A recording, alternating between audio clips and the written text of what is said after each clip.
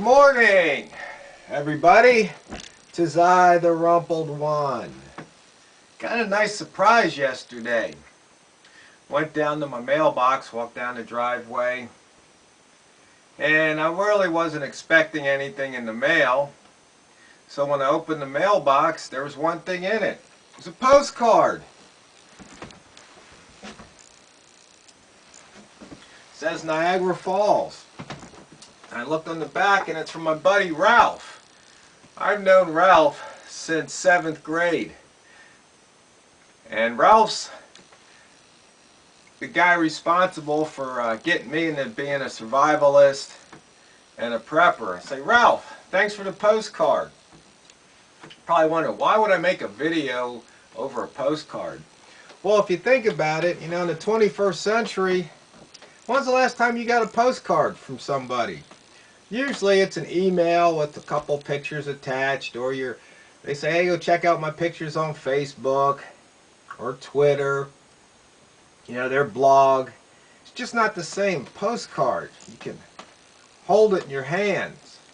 You can pin it up on your bulletin board or take it around, show it to your friends. It's not like digital.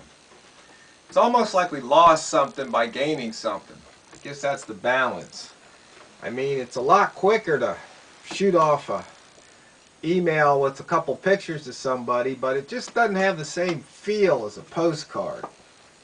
And if you think about it, Ralph had to go through some effort. He had to buy the card, and he had to write, address it, put a stamp on it, get it in the mailbox. So plus, he was thinking about me, not anybody else but me when he did this. See, when somebody takes a picture and sends you an email, well, they could send it to all their friends, dozens of people, hundreds, maybe thousands, maybe millions, if you're somebody famous. So it just doesn't have that same personal touch. I mean, even if they sent you they wrote you an email and attached a picture to it, yeah, they were thinking about you, but it just doesn't feel the same. It's like those iPads or those Kindles or the other ones where you can have a book on the computer. A lot of convenience there. I mean, you could have thousands of books that you could take on vacation in your little machine, but it's just not the same as turning pages and sticking in a bookmark, making notes in the margin sometimes, highlighting it. It's just not quite the same. So maybe in this modern era, we've gained some things, but we lost some things. So maybe next time you're on a trip, maybe you'll take the time and send one of your friends a postcard. Make their day. So thanks again, Ralph, for making my day, sending me this postcard.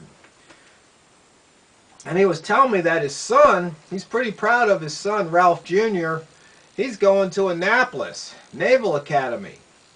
He made it in there. So that was a big accomplishment. So Ralph Jr., hats off to you, son. Thanks for serving the country. Appreciate it. Hopefully they don't do anything stupid and send you off to a war somewhere.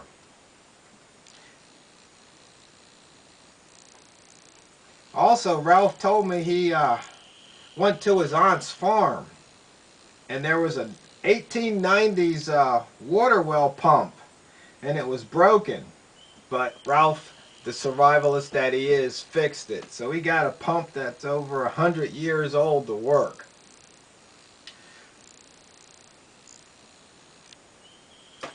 See, postcard, this is something that I can keep around the house, and maybe years from now I'll be searching through something and I'll come across it.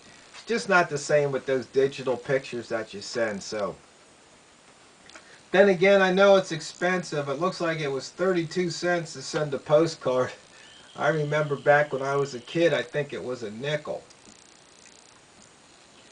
I guess depending on how old you are, maybe you've never even received a postcard.